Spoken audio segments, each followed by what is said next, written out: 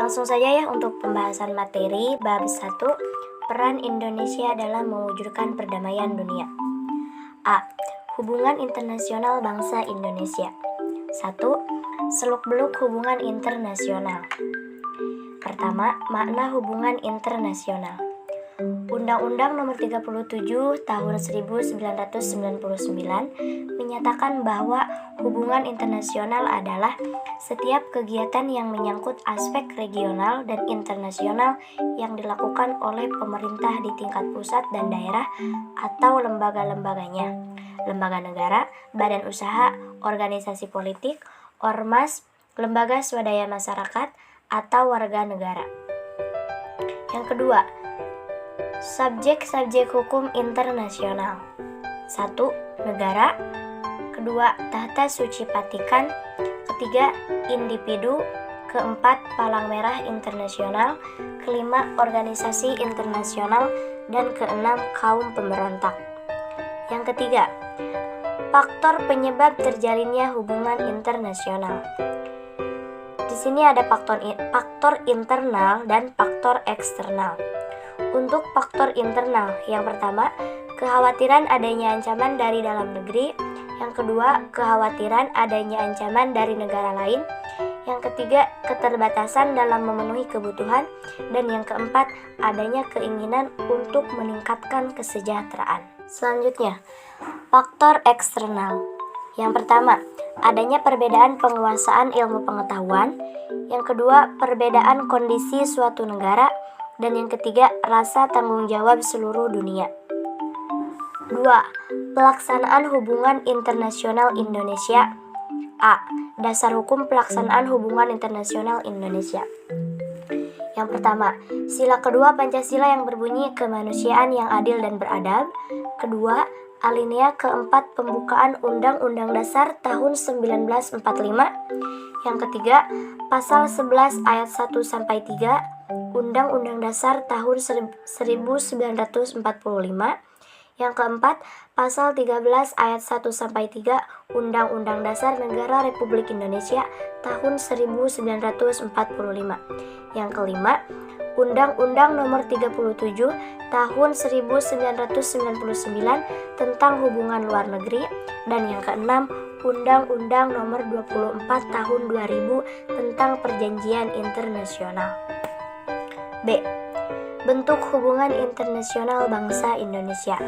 Yang pertama, hubungan bilateral. Bilateral adalah kerjasama yang dilakukan oleh dua negara. Contoh kerjasama bilateral yang dilakukan Indonesia. Yang pertama, kerjasama Indonesia dengan Jerman memprioritaskan pada kerjasama ekonomi. Yang kedua, kerjasama Indonesia dengan Singapura khususnya dalam bidang investasi. Yang kedua, hubungan multilateral. Hubungan multilateral merupakan bentuk kerjasama internasional yang dilakukan lebih dari dua negara. Contoh organisasi internasional yang terbentuk dari hasil kerjasama multilateral adalah PBB. Dan yang ketiga, hubungan regional, yaitu merupakan kerjasama yang dilakukan oleh negara-negara di dunia dalam satu wilayah regional atau kawasan.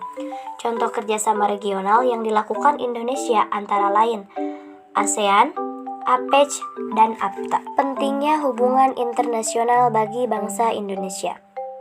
Yang pertama, ideologi divisi. Yang kedua, politik. Ketiga, ekonomi. Keempat, sosial budaya. Kelima, pertahanan dan keamanan. Peran Indonesia dalam perdamaian dunia. 1. Politik luar negeri Indonesia.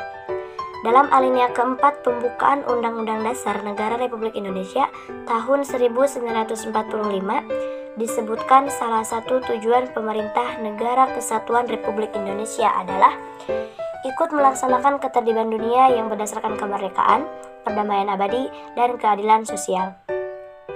Politik luar negeri Indonesia menganut prinsip bebas yang diabadikan untuk kepentingan nasional.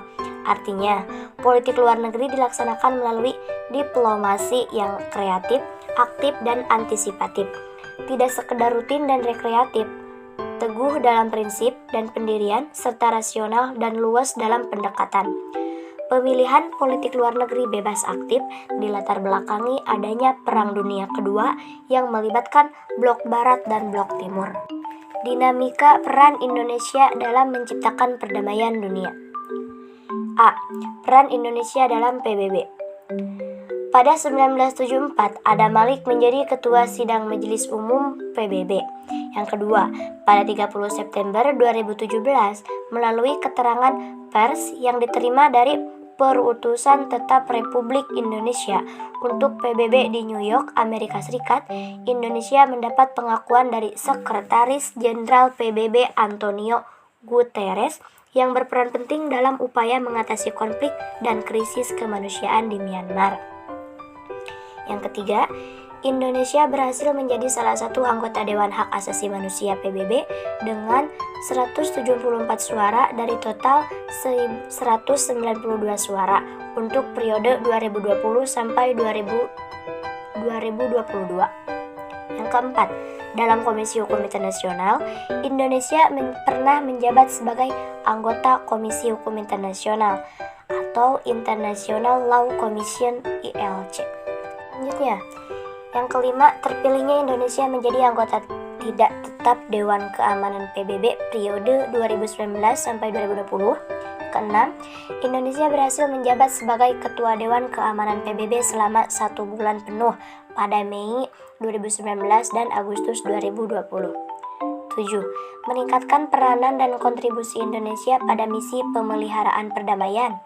Kedelapan, Indonesia konsisten menyuarakan hak-hak rakyat Palestina, termasuk mendorong berdirinya negara Palestina yang merdeka, demokratis, sejahtera, dan hidup berdampingan secara damai dengan Israel di bawah prinsip two-state solution.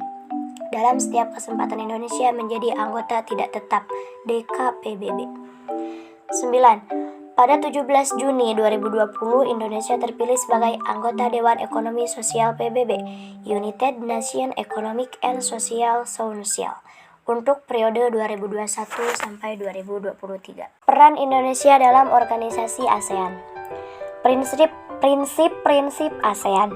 Yang pertama, menghormati kemerdekaan, kedaulatan, kesamaan, integritas wilayah nasional, dan identitas nasional setiap negara. Kedua, hak untuk setiap negara memimpin kehadiran nasional bebas daripada campur tangan, subversif, atau paksaan pihak luar. Ketiga, tidak mencampuri urusan dalam negeri negara anggota. Keempat, penyelesaian perbedaan atau perdebatan dengan damai. 5. Menolak penggunaan kekuatan yang mematikan. 6. Kerjasama efektif antar anggota. Peran Indonesia dalam ASEAN. 1. Sebagai salah satu negara pemrakarsa ASEAN. 2.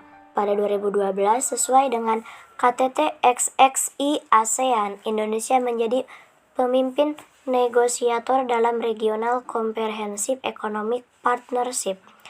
3. Pada 2013, Indonesia menjadi tuan rumah ASEAN. Keempat, Indonesia mengizinkan negara-negara anggota ASEAN menggunakan satelit Palapa. Kelima, pada September 2016, Indonesia turut serta dalam KTT ke-28 dan ke-29 ASEAN di kota Vientiane, Laos. 6. Indonesia turut serta dalam KTT ke-28 dan ke-29 ASEAN pada tanggal 29 April 2017 dan KTT ke-31 pada tanggal 13 November 2017 ASEAN di kota Manila, Filipina. 7. Indonesia jadi Ketua Kerjasama Kesehatan ASEAN periode 2020 sampai 2021. 8. Pada 24 April 2021, Indonesia menjadi tuan rumah pertemuan para pemimpin negara-negara Asia Tenggara dalam KTT ASEAN. Peran Indonesia dalam organisasi GNB.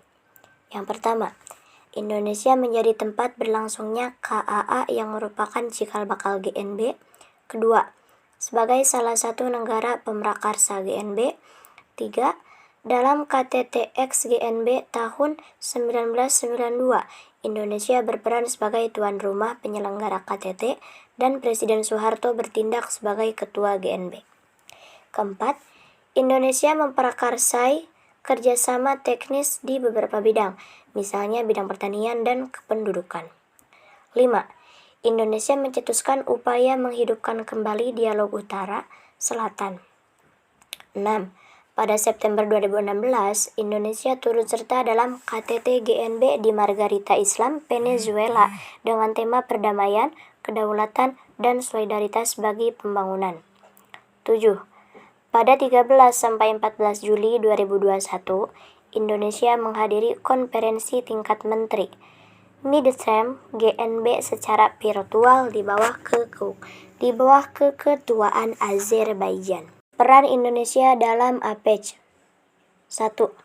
Dilansir dari Antara News, pada rangkaian KTT APEC 2015, Indonesia mendorong konsep pengurangan tarif dari perdagangan produk yang berkontribusi terhadap pembangunan perdesaan dan pengentasan kemiskinan melalui pendekatan yang modern serta progresif.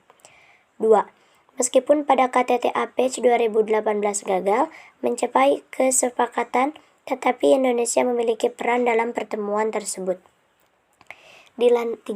Dilansir dari berita1.com, pada Forum APEC 2019, Indonesia mengajukan 3 usul inisiatif yang berhasil diterima dan disetujui anggota APEC. 4. Indonesia sebagai anggota APEC sepakat mendukung fokus pertumbuhan ekonomi yang berkelanjutan dan kesejahteraan bagi masyarakat di kawasan Asia Pasifik. 5. Pada 17 Juli 2021, Presiden Joko Widodo mengikuti KTT informal Kerjasama Ekonomi Asia Pasifik. Peran Indonesia dalam organisasi Kerjasama Islam pada awalnya bernama Organisasi Konferensi Islam atau OKI. Organisasi ini merupakan organisasi kerjasama Islam yang dibentuk setelah para pemimpin sejumlah negara Islam mengadakan konferensi di Rabat, Maroko pada 22-25 September tahun 1969. 3. Nilai-nilai positif peran Indonesia dalam perdamaian dunia. Pertama, cinta damai. Kedua, kerjasama. Dan yang ketiga, toleran. Baik, terima kasih. Mungkin itu materi yang dapat saya sampaikan. Mohon maaf atas segala kekurangannya. Wassalamualaikum warahmatullahi wabarakatuh.